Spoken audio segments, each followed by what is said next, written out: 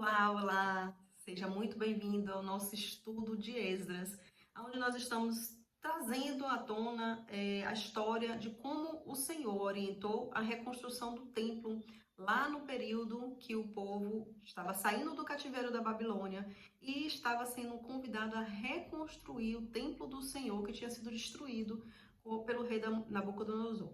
E nesse período, o Senhor nos permite encontrar preciosas pérolas para trazer para nós ensinamentos de como reconstruir a nossa casa, como reconstruir o nosso templo, como reconstruir o nosso casamento, que é o templo do Senhor, porque o templo simbolizava a aliança do Senhor com o seu povo. E com isso, nós estamos também trazendo essa ideia de aliança, de reconstrução da presença do Senhor no povo, aqui na terra, para o povo de Israel, considerando que ele também faz isso com o nosso casamento, que o nosso casamento é um lugar de aliança do Senhor com o casal. E já passamos por várias etapas, volta lá nos outros vídeos, nós temos vídeos que tá do primeiro capítulo até aqui, e nós vamos começar hoje com o capítulo 8. Esse capítulo, ele tem uma parte que é bem longa, com todos os descendentes que foram convidados, mas já entrou na parte que o templo já foi construído e está sendo reconstruída a funcionalidade do templo, o funcionamento do templo. Então, Esdras, quando veio da Babilônia para Jerusalém, ele veio com conhecimentos, porque ele era um escriba, com muitos conhecimentos para trazer o culto, trazer os rituais e reconstruir a funcionalidade do templo. Muitas vezes no nosso casamento, nós até voltamos a morar na mesma casa, voltamos a nos considerar casados novamente, né? Passa da fase da separação, mas precisa reconstruir a funcionalidade, fazer acontecer do jeito certo. E, logicamente, a reconstrução toda vai nos ensinar a como fazer acontecer do jeito certo. Mas aqui nós temos um foco específico dessa funcionalidade. Nós vamos ler o livro de Esdras, eu vou dar uma pulada apenas na parte que fala dos descendentes, para a gente não se ater muito a isso, e vamos seguir o capítulo 8 e 9 agora. No capítulo 8 de Esdras, começa dizendo assim: estes são os chefes das famílias e dos que com eles foram registrados, os quais saíram comigo, Esdras, comigo da Babilônia durante o reinado do rei Artaxerxes. O descendente de Finéias, o descendente de Itamar, ele vai dizendo um por um, descendente de Davi, dos descendentes de Parós, sendo registrados tantos homens, ele vai falando todos os descendentes, é essa parte que eu vou pular, até chegar no capítulo 15. Vamos seguir do capítulo 15. Eu os reuni junto ao canal que corre para a Ava e acampamos ali por 3 dias. Lembrando que 3 dias, quando a Bíblia fala em 3 dias, sempre vai estar apontando, assinalando os 3 dias para a ressurreição. O povo estava no Egito e queria caminhar caminho de 3 dias para cultuar o Senhor. Quando ele fala em 3 dias aqui, em todos os momentos que você encontrar 3 dias, sempre coloque na sua cabeça que é o Senhor apontando para os 3 dias que o Senhor Jesus levou para ressuscitar. E nesses 3 dias ele está simbolizando que há uma ressurreição sendo apontada aqui. E inclusive essa ressurreição já foi apontada no momento que o povo celebrou a Páscoa. Logo depois que construíram o templo, eles celebraram a Páscoa, mostrando uma ressurreição de algo ali, uma ressurreição que o Senhor estava trazendo à tona algo que tinha sido morto. Então, quando nós estamos reconstruindo o nosso casamento, o Senhor sinaliza também que vai haver uma ressurreição de algo que está morto naquela aliança, algo que foi deixado morrer pelo tempo, pela rotina. Quantas vezes o casamento que começou tão lindo, se você voltar lá na sua memória, o dia que vocês se conheceram, o dia que vocês decidiram casar, como foi no início do casamento, a paixão do primeiro amor, isso foi morto e de alguma forma precisa ser ressuscitado. E quem vai ressuscitar isso é o Senhor. Então, ele fala aqui que acamparam ali por 3 dias. Quando passei em revista o povo e os sacerdotes, não encontrei nenhum levita. Por isso convoquei Eliezer, Ariel, Semaías, Elnatã, Jaribe, Elnatã, Natã, Zacarias e Mesulão, que eram líderes, e Joiaribe e Natã, que eram homens sábios, e os enviei a Ido, o líder de Cassífia, Eu lhes falei o que deveria fazer a Ido e a seus parentes, os servidores do templo em Cassífia, para que nos trouxessem servidores para o templo do nosso Deus. Com uma bondosa mão de Deus estava sobre nós, eles nos trouxeram Serebias, homem capaz, dentre os descendentes de Mali, filho de Levi, neto de Israel, e os filhos e irmãos de Serebias, 18 homens, e também Asabias, acompanhado de Jesaías, dentre os descendentes de Merari, e seus irmãos e filhos, 20 homens. Trouxeram ainda 220 dos servidores do templo, um grupo que Davi e seus oficiais tinham formado para ajudar os levitas. Todos eles tinham seus nomes registrados. Veja bem, quando a gente precisa reconstruir o nosso casamento, precisamos resgatar os servidores para isso. E nesse caso aqui, Esdras não encontrou servidores purificados, prontos, habilitados para o serviço do templo. Então, o que acontece no nosso casamento? Vamos trazer isso para a nossa realidade do casamento. Quando nós estamos reconstruindo o nosso casamento, nós precisamos trazer à tona aquilo que está na nossa alma para o serviço do casamento. E quando eu falo serviço do casamento, é que muitas vezes na nossa alma tem coisas que estão caminhando contra o serviço do casamento. O estar junto, o conviver, o ouvir, o falar no tempo certo. E isso aí é uma batalha na nossa alma, muitas vezes. Resgatar esses servidores, esses levitas, que os levitas são os servidores do templo, trazer eles à tona, ou às vezes treinar, às vezes a gente precisa treinar esses servidores. No caso aqui, Esdras foi buscar servidores treinados que estavam aptos para isso. Mas muitas vezes na nossa alma nós não temos mais nenhuma habilidade apta para o serviço. Por quê? Porque construímos durante o tempo de casado ou durante nossa vida inteira crenças que estão destruindo em vez de construindo, que não estão sendo funcionais. E essas crenças disfuncionais, eu vou dar um exemplo aqui. Eu até anotei alguns exemplos para passar para vocês. Alguns exemplos do tipo assim: casamento não é para sempre.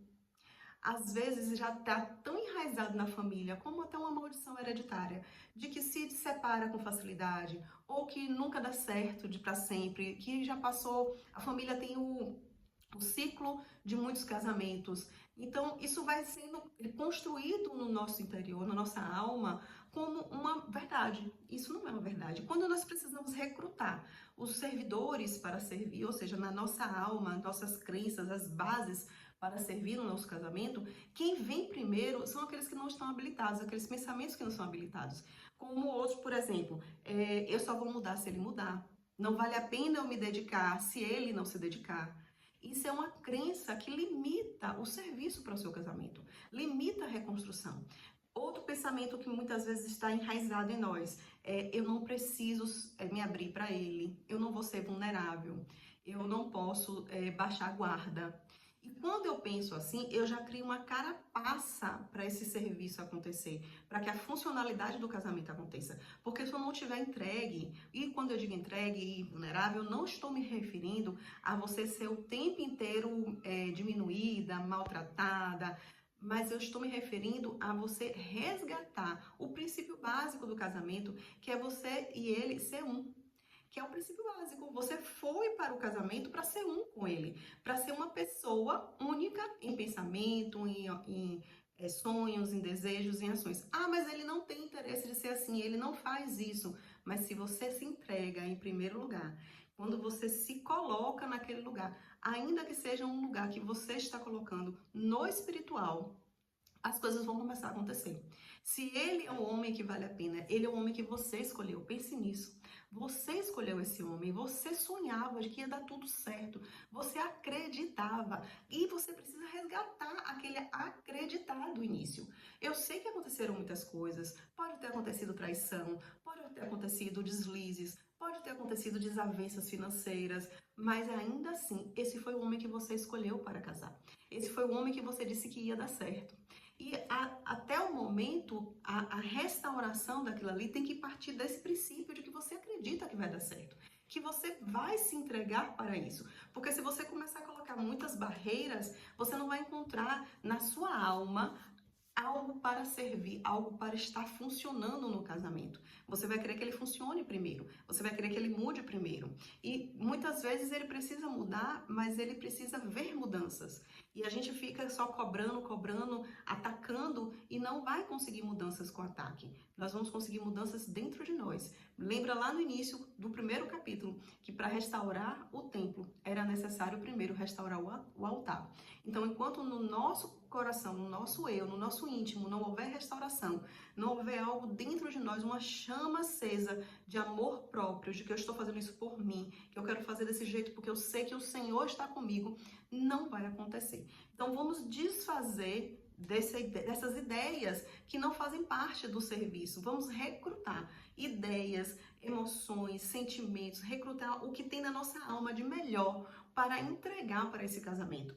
Um outro pensamento que a gente muitas vezes está trazendo para dentro do casamento ou construiu durante o tempo de casamento é o eu também mereço os meus prazeres. E aí na intimidade, no seu secreto, você está sendo infiel. No seu secreto, ninguém está sabendo. Você está sendo infiel em pensamentos, em desejos, em visões, em assistir o que não deve. Você está destruindo, abrindo brechas absurdas para o mundo espiritual e permitindo que o seu casamento seja destruído a partir dali. Uma outra coisa que muitas vezes é algo que vem, né, da nossa ideia de construção constante, é que já está derrotado mesmo, já está destruído mesmo, por que eu tenho que tentar? São pensamentos que, quando a gente parte para o momento de reconstrução, se eles ficarem ali, eles não vão nos permitir acreditar o suficiente, não vão nos permitir reconstruir. Precisamos estar atentas a o que nós estamos recrutando de ferramentas internas para essa reconstrução. Vamos seguir aqui no versículo 21. Ali junto ao canal de água, proclamei jejum para que nos humilhássemos diante do nosso Deus e lhe pedíssemos uma viagem segura para nós, nossos filhos, com todos os nossos bens. Tive vergonha de pedir soldados e cavaleiros ao rei para nos protegerem dos inimigos na estrada, pois lhe tínhamos dito, a mão bondosa do nosso Deus está sobre todos os que o buscam, mas o seu poder e a sua ira são contra todos os que o abandonam. Por isso jejuamos e suplicamos essa bênção ao nosso Deus, e ele nos atendeu. Depois separei 12 dos principais sacerdotes, a saber, Serebias, Asabias e 10 dos seus irmãos, e pesei diante deles a oferta de prata, de ouro e os utensílios que o rei, seus conselheiros, seus oficiais e todo Israel ali presente tinham doado para a casa do nosso Deus. Pesei e entreguei-lhes 22.750 quilos de prata, 3,5 toneladas de utensílios de prata, 3,5 toneladas de ouro, 20 tigelas de ouro pesado, 8,5 quilos e 2 utensílios finos de bronze polido, tão valiosos como se fossem de ouro. E eu lhes disse, tanto vocês como esses utensílios são consagrados ao Senhor. A prata e o ouro são uma oferta voluntária ao Senhor, o Deus dos seus antepassados. Guardem-nos bem até que os pesem nas salas do templo do Senhor, em Jerusalém, diante dos sacerdotes principais, dos levitas e dos chefes das famílias de Israel. Então os sacerdotes e os levitas receberam a prata, o ouro, os utensílios sagrados, depois de pesados, para levá-los a Jerusalém, ao templo do nosso Deus. Então veja que esses sacerdotes, essas pessoas recrutadas que foram, se colocaram para funcionar o templo do Senhor. Quando eu falo funcionar, eu estou me referindo aos rituais, a colocar de novo o templo em funcionamento. Essas pessoas recrutadas, essas pessoas tinham que carregar os valores. E veja que desde o início nós estamos nos referindo à necessidade de carregar valores, de recolocar os valores nos seus devidos lugares. E eles estavam carregando coisas preciosas, valores preciosos, para levar de volta para o templo, entregar no templo. Então, neste momento, nós estamos aqui aprendendo que nós precisamos recrutar os pensamentos corretos, os sentimentos corretos, as posturas corretas. E essas posturas têm que estar carregando os nossos valores, carregando os valores bíblicos para a reconstrução da função do templo.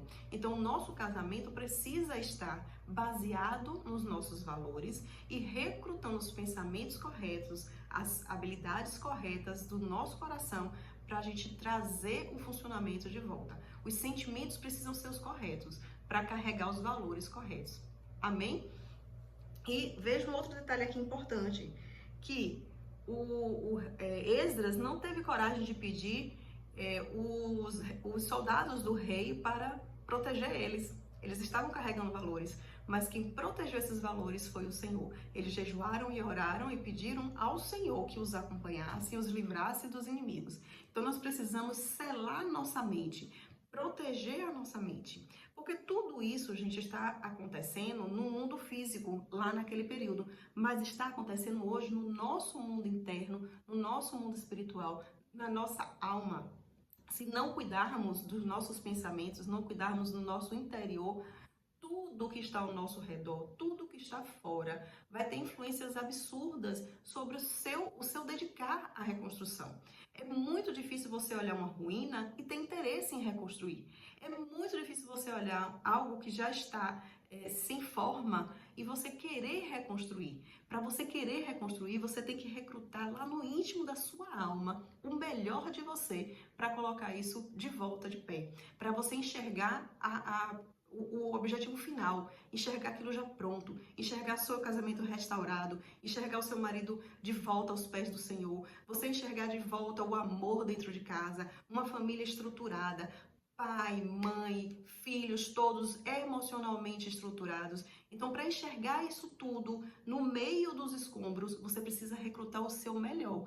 Você precisa buscar do Senhor a proteção da sua mente, para que aqueles pensamentos disfuncionais não destruam aquilo que você está querendo reconstruir, ou não obliterem, não dificultem aquilo que você está querendo reconstruir. E aí vem... Já me perdi, gente.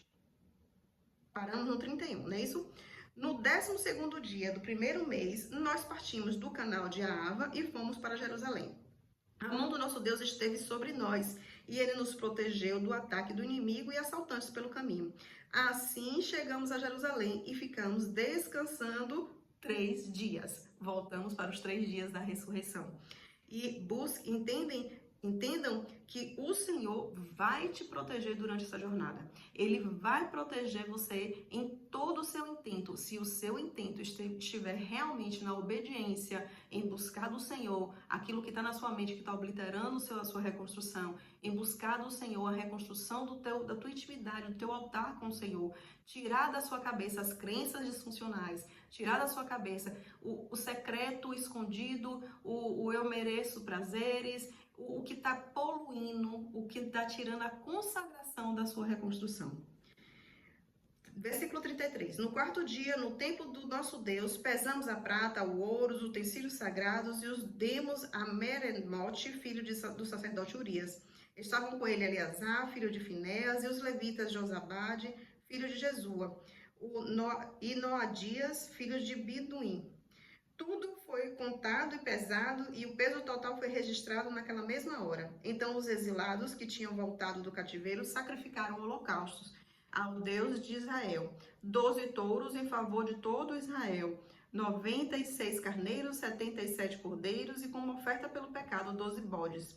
Tudo oferecido como holocausto ao Senhor. Eles também entregaram as ordens do rei aos sátrapas e aos governadores do território e a oeste do Eufrates, e ajudaram o povo na obra do templo de Deus.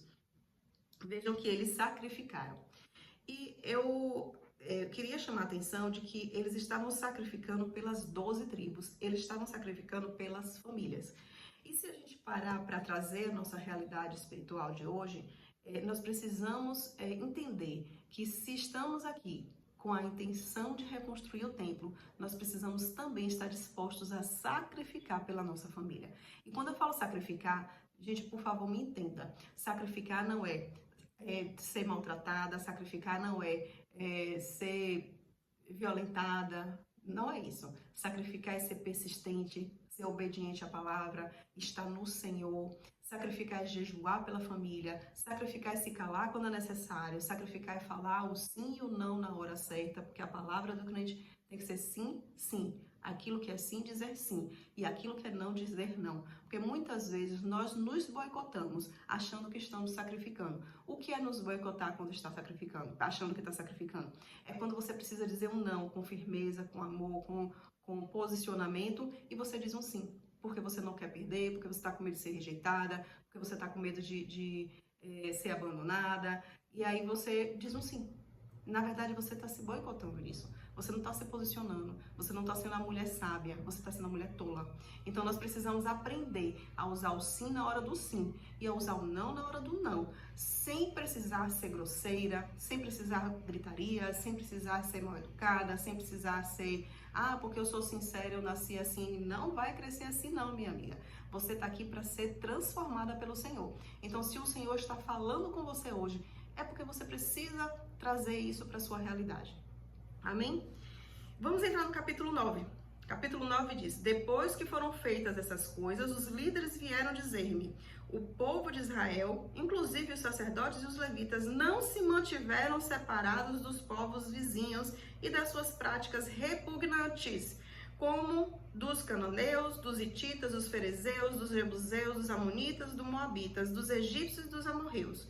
Eles e seus filhos se casaram com mulheres daqueles povos, e com eles misturaram a descendência santa, e os líderes e oficiais estão à frente nessa atitude infiel. Olha que dor, você já está num processo de ver a coisa começar a ter forma, começar a se posicionar para acontecer, já ter celebração, já ter algo novo acontecendo, e você descobrir que aquele povo estava sendo infiel, não se manteve nas leis do Senhor, na obediência às leis do Senhor. E aí, quando Esdras ouviu isso, no versículo 3, diz assim: Quando ouvi isso, rasguei a minha túnica e o meu manto, arranquei os cabelos da cabeça e da barba, e me sentei estarrecido. Então, todos os que tremiam diante da palavra de Deus de Israel reuniram-se ao meu redor por causa da infidelidade dos exilados. E eu fiquei ali, sentado ali, estarrecido, até o sacrifício da tarde. Então, na hora do sacrifício da tarde, eu saí do meu abatimento, com a túnica e o manto rasgado, e caí de joelhos, com as mãos estendidas para o Senhor, o meu Deus, e orei. Eu vou parar aqui rapidinho para a gente refletir mais um pouquinho. Pense, algo foi misturado com aquilo que o Senhor tinha dado de ordem. E essa mistura era um grande pecado para o povo de Israel. E quando Esdras ouviu isso, ele rasgou as suas vestes e ficou estarrecido, paralisado. Vamos trazer isso para a realidade espiritual. Quando algo vai sendo introduzido, vai sendo misturado com aquilo que é do Senhor no casamento, o que é do Senhor no casamento? Os princípios do casamento, de como deve ser o posicionamento de cada um, de como deve ser o amor no casamento, a pureza do casamento. Quando as coisas vão sendo misturadas, né? Vai se aceitando uma rotina diferente aqui, uma coisa diferente ali, coisas que não são do Senhor. Eu até anotei também o que pode ser essas coisas para você começar a identificar. Isso paralisa. Isso nos paralisa, começa a meio que anestesiar o processo de entrega, de reconstrução, o processo de real função de adoração que o casamento tem. Porque você casou para a honra e glória do Senhor. Você não casou para ser feliz. Você casou para honrar uma aliança que o Senhor instituiu desde a formação do mundo, do ser humano. Ele instituiu o casamento. E todas as vezes que você diz um sim, que alguém diz um sim, uma aliança no altar, está glorificando aquilo que o Senhor instituiu.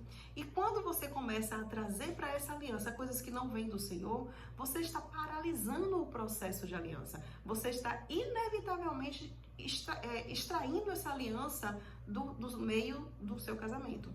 Então, o que pode ser costumes, que aqui está sendo simbolizado como casamentos pagãos, costumes que nós entramos, costumes mundanos que nós vamos permitindo entrar no nosso casamento. A pornografia é um deles. E que, ultimamente, tem sido banalizada, até mesmo no meio cristão. Porque a sexualização das coisas, né, a erotização das coisas está tão intensa que isso está se tornando algo dessensibilizado para o nosso cérebro. E nós começamos a achar que isso é normal. Não a sexualidade. A sexualidade é uma coisa boa, é uma coisa que o Senhor criou. É a celebração do casamento. E você precisa transformar isso em algo bom para você, mas bom dentro da aliança, dentro daquilo que é puro para o Senhor. Mas a sexualização, de mentalização de coisas que não deve, de visualização de coisas que não deve, da pornografia em si, da sensualização do processo com outros ou com o outro, isso vai destruir o seu casamento, ainda que em silêncio, ainda que no secreto. Uma outra coisa que nós consentimos que entre no nosso casamento é o consumismo. Nós estamos em épocas da rede social em que tudo tem que ser muito rico, muito bonito, e muitas vezes o consumismo, a necessidade de comprar, a necessidade de mostrar que tem, ou a necessidade de que ele te dê aquilo que você quer. Ah, eu mereço ter uma boa vida, e ele não traz as coisas para dentro de casa. Esse consumismo pode estar destruindo o seu casamento, destruindo a sua aliança, pode estar diminuindo o posicionamento dele enquanto provedor da casa, e muitas vezes também o consumismo de quem já é produtora, porque às vezes a mulher já tem o próprio dinheiro, tem a sua independência e torna o seu dinheiro o seu Deus. Começa a idolatrar, porque se eu tenho mais dinheiro, se eu tenho o dinheiro ou mais dinheiro do que ele, eu posso comandar a casa, eu posso decidir o que eu faço, eu posso comprar o que eu quero, e isso vai destruindo e desfazendo a aliança do casamento. Uma outra coisa também é priorizar rede social, trabalho, tudo que é externo ao interno. Colocar à frente daquilo que é da comunhão do casamento, do tempo, da presença, da entrega do casamento.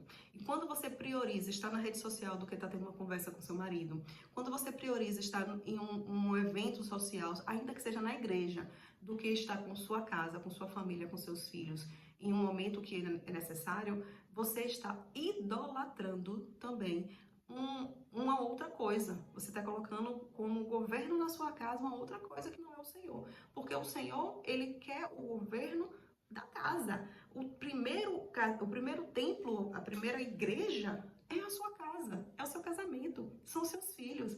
Então, estar mais externo do que interno é idolatria.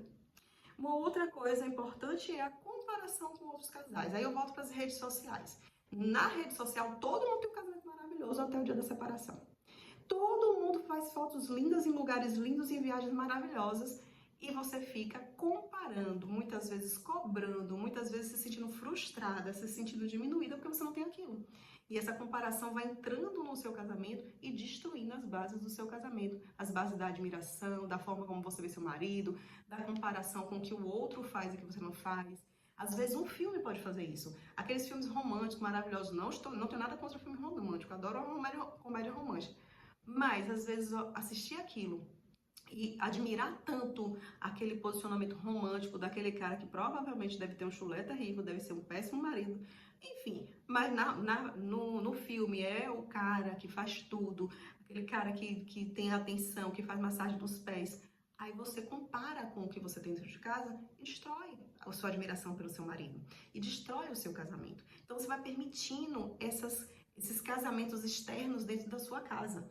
Uma outra coisa é ambientes tóxicos, pessoas tóxicas, lugares tóxicos, influências familiares, influências de dar mais atenção, dar mais importância ao que sua família de base fala do que ao que sua família, marido e mulher, fala. Porque dentro da aliança, deixará o pai e a mãe e uniciar sua mulher. Então, dentro da aliança, é você, seu marido e seus filhos. Essa é a sua família base. Deixar pai e mãe é deixar também de ouvir coisas que vão influenciar, que vão determinar, que vão fazer sua postura mudar dentro de casa, porque você está ouvindo influências das suas famílias. E aí você traz para dentro de casa, muitas vezes, crenças disfuncionais, maldições hereditárias, porque você está trazendo influências externas para dentro. E aí cria um ambiente tóxico dentro da sua casa. Da mesma forma, os amigos podem fazer isso. Da mesma forma, ambientes de barzinho, de balada ou de lugares músicas. Gente, o que eu vejo de pessoas ouvindo músicas depressivas, músicas de separação, de tristeza, de abandono, constantemente, isso no seu cérebro vai se tornando uma verdade, vai se marcando como uma verdade. A neurociência já comprova que o que você ouve, você acredita. E à medida que você fica repetindo aquelas músicas tristes, tristes, nunca seu casamento vai ser visto por você como algo que vai dar certo. Você sempre vai se sentir abandonada, mesmo com ele do seu lado. Então, cuidado com esses casamentos mistos que a gente vai permitindo dentro da nossa casa. E aqui, Esdras, na hora que ele percebeu que isso estava acontecendo, Esdras orou da seguinte forma, lá no versículo 5, a segunda parte. Meu Deus, estou por demais envergonhado e humilhado para levantar o rosto diante de ti. Meu Deus, porque o nosso pecado cobre a nossa cabeça e a nossa culpa sobe até os céus.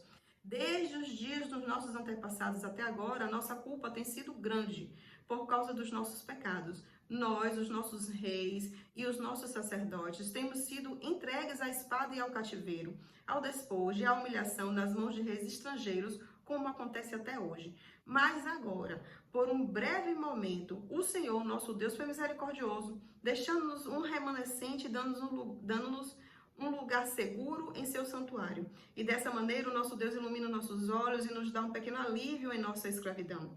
Somos escravos, mas o nosso Deus não nos abandonou na escravidão. Ele tem sido bondoso para conosco diante dos reis da Pérsia. Ele nos deu vida nova para reconstruir o templo do nosso Deus e levantar as suas ruínas. E nos deu um muro de proteção em Judá e em Jerusalém. E agora, ó nosso Deus, o que podemos dizer depois disso? Pois nós abandonamos os mandamentos que nos deste por meio dos teus servos e profetas, quando dissestes: a terra que vocês estão conquistando está contaminada pela prática repugnante dos seus povos. Com essas práticas, eles enchem de impureza toda essa terra. Por isso, não deem as suas filhas em casamento aos filhos deles, nem aceitem as filhas dele para filhos de vocês. Nunca procurem bem-estar e prosperidade desses povos, para que vocês sejam fortes e desfrutem os bons produtos da terra, e a deixem para os seus filhos como herança eterna. Não procure prosperidade, o bem-estar e a prosperidade desses povos, dessas coisas que eu te falei que estão infiltrando o teu casamento, que pode estar destruindo as bases do teu casamento. Tanto em relação aos pensamentos, às crenças que eu me referi, crenças de derrota, crenças de que você não precisa ser vulnerável a ele, que se você não mudar, crenças de orgulho, porque muitas vezes é o orgulho que está falando mais alto. Deixe essas coisas, não dê lugar, não deixe isso como uma zona de conforto, não use isso como uma ferramenta de vitimização, porque nós, todas as vezes que estamos no direito, nós usamos o nosso direito para nos vitimizar. Eu sei que muitas vezes as mulheres estão no direito de dizer estou sofrendo, e de fato estão. Eu sofri, minhas irmãs, vocês não têm noção, aliás tem, quem está do outro lado pode ter a mesma noção. Mas eu sofri de sentir uma dor física na minha alma, uma vontade de rasgar a minha alma. Eu tive vontade de morrer e eu pensei muitas vezes em me matar quando eu estava na fase de depressão. E só não consegui tomar essa atitude, primeiro porque o Senhor não permitiu. E segundo porque eu tinha as minhas filhas para me motivar a continuar viva. Mas a minha vontade era de sumir, porque era uma dor tão grande, que eu não conseguia respirar às vezes direito. E diante disso, a gente se sente no direito de não querer lutar ou no direito de usar isso como uma ferramenta. Só que é nesse momento que o Senhor te diz: deixa comigo, deixa, descansa e espera, eu vou cuidar de você. E o Senhor cuidou de mim. E à medida que um pequeno alívio veio, a cada respirar que o Senhor me dava, eu fui trazendo à minha mente aquilo que me dá esperança, que é como a palavra diz. Nós precisamos trazer à nossa mente tudo que nos dá esperança. E trabalhar os nossos pensamentos para que a gente pense tudo que é bom, que é agradável, que é perfeito, para que o Senhor vá restaurando essas feridas. Se a gente ficar trazendo à memória só o que temos de crenças disfuncionais, a ferida vai aumentar cada vez mais. Então vamos lá, no versículo 13, depois de tudo o que nos aconteceu por causa da nossa má obra e por causa da nossa grande culpa, apesar de nos terem punido menos do que os nossos pecados mereciam, ó Deus, e ainda nos terem dado um remanescente como este, como podemos voltar a quebrar os teus mandamentos e a realizar casamentos mistos com estes povos de práticas repugnantes? Como não ficarias irado conosco, não nos destruirias e não nos deixarias sem remanescente ou sobrevivente algum? Ó Senhor, Deus de Israel, Tu és justo e até hoje nos deixaste sobreviver como um remanescente. Aqui estamos diante de Ti com a nossa culpa, embora saibamos que por causa dela, nenhum de nós pode permanecer na Tua presença. Nenhum de nós podemos permanecer na presença do Senhor. Mas quando nós entregamos as nossas culpas, entregamos o nosso arrependimento, o Senhor entra em providência e restaura todas as coisas. Quando Esdras orou sobre isso, ele não era culpado. Ele não tinha um casamento misto. Ele não estava nesse lugar de culpa. Mas ele trouxe sobre ele a culpa e ele colocou diante do Senhor para que o Senhor restaurasse todas as coisas. E foi assim que Jesus fez por você. Quando ele morreu na cruz, ele escolheu trazer a culpa para ele, para que nós tivéssemos acesso ao Deus que restaura todas as coisas. Então, se hoje você enxerga alguma culpa, algo que você precisa deixar de fazer, algum desses casamentos mistos, dessas coisas que podem estar contaminando o seu casamento, influências externas, comparação com outros casais, compras e idolatrias, consumismo exagerado, idolatria em relação a redes sociais, em relação à pornografia, em relação a dar atenção e importância ao que é de fora do casamento, ou seja o que for, que você esteja hoje se sentindo, enxergando, vendo e se sentindo culpada sobre isso, entregue na mão do Senhor. Entregue em arrependimento.